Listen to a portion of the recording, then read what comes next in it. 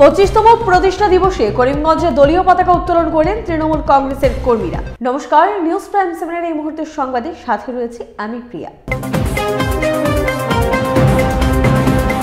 তৃণমূল কংগ্রেসের দলীয় পতাকা উত্তোলনের মাধ্যমে দলের 25তম প্রতিষ্ঠা বার্ষিকী পালন করলেন করিমগঞ্জের তৃণমূল কংগ্রেসের দলের কর্মকর্তারা। এদিন করিমগঞ্জ শহরের মাঝডিহি স্থিত দলের জেলা সভাপতি আইনজীবী আব্দুল রশিদ আহমেদের বাড়িতে পতাকা উত্তোলনের পাশাপাশি এক কর্মী সভার আয়োজন করা হয়েছিল।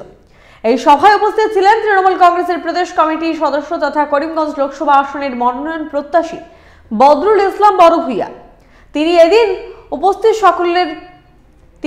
উপস্থিত সকল কর্মীদের উদ্দেশ্যে বক্তব্য রাখতে গিয়ে তৃণমূল কংগ্রেসের আদর্শ নিয়ে কথা বলার পাশাপাশি আগামী দিনে দলকে আরো এগিয়ে নেওয়ার বিষয়ে আলোচনা করেন।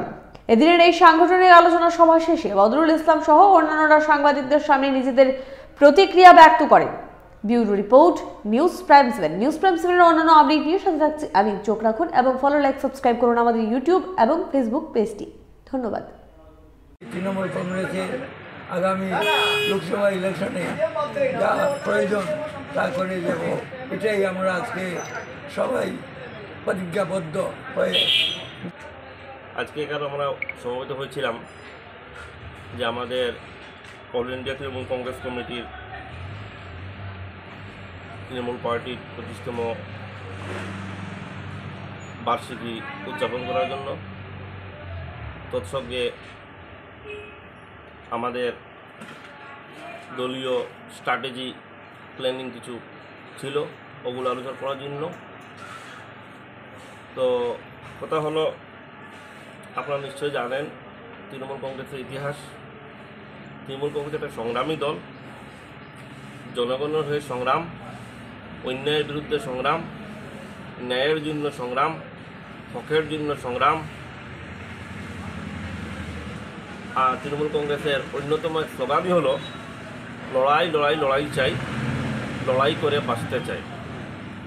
মানুষের মধ্যে লুকিয়ে থাকা, অন্তরে লুকিয়ে থাকা যে শক্তি, এই শক্তির বহির্প্রকাশ করানোটা মানুষের মধ্যে, মানুষের অন্তরের শক্তি কতটুকু আছে মানুষ ফিল করতে পারে না, কিন্তু এই মানুষের মধ্যে লুকিয়ে থাকা শক্তিকে আমরা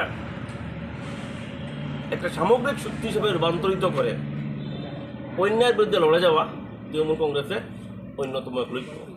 সেই লক্ষ্য সম্পর্কে আমরা আলোচনা করেছি এবং আমাদের কর্মীদেরকে আমাদের তৃণমূল কংগ্রেসের লক্ষ্য এবং উদ্দেশ্য, আদর্শ সম্পর্কে আমরা আবার আলোচনা করেছি।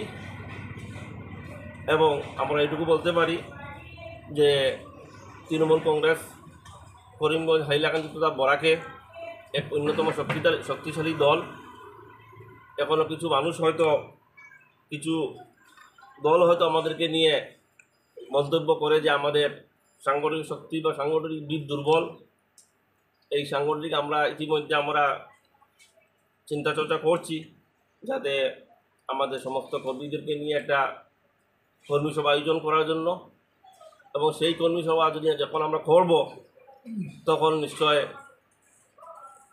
এই মেসেজ বা এই যে যারা আমাদেরকে কটাক্ষ করে বা আমাদের নিয়ে কিছু সমালোচনা করার সুযোগ নেয়, এদের একটা মোক্ষম জবাব তারা পেয়ে যাবে। আর আজকে আপনারা সাংবাদিক বন্ধুদের মাধ্যমে আমি এই কথাটুকু, এই মেসেজটুকু আমি সমস্ত করিমগঞ্জবাসী, হাইলাকান্দিবাসী বা বরাকবাসীকে দিতে চাই যে 2024-এর লোকসভা নির্বাচন আসছে। সেই নির্বাচনে আমরা জাতি, ধর্ম, বর্ণ নির্বিশেষে সবাই এক হয়ে এই সাম্প্রদায়িক বিজেপির বিরুদ্ধে আমরা ঐক্যবদ্ধ হয়ে ইন্ডিয়া জোটকে যাতে আমরা জিতিয়ে দেওয়ার প্রাণপণ চেষ্টা করি। এবং আমরা যদি সবাই মিলিত হয়ে, একত্রিত হয়ে যদি যুদ্ধ করতে পারি, সংগ্রাম করতে পারি বিজেপির বিরুদ্ধে, আমার বিশ্বাস বিজেপি ধূলিসাৎ হয়ে যাবে, বরাক থেকে মুছে যাবে। ইতিমধ্যে এই বিষয়ে অনেকবার সাংবাদিক বন্ধুদেরকে বলা হয়েছে বা প্রেসে বলা হয়েছে। আমাদের স্টেট তৃণমূল কংগ্রেসের প্রেসিডেন্ট জীবন পরামর্শ বলেছেন, আমাদের দলীয় নেত্রী সুস্মিতা দেব মহাশয় বলেছেন তো দেখুন আমরা আসামে প্রথমে 5টা চেয়েছিলাম, তারপরে 4টা চেয়েছি সিট। তো এবং এই 4টা সিটের মধ্যে আমরা 1 নম্বর প্রায়োরিটি আমাদের হলো করিমগঞ্জ হাইলাকান্দি সমষ্টি, এই সিটটা। এবং এই কথাগুলো আমাদের দলীয় নেত্রী, দলের সুপ্রিমো মমতা ব্যানার্জির সাথেও আলোচনা হয়েছে।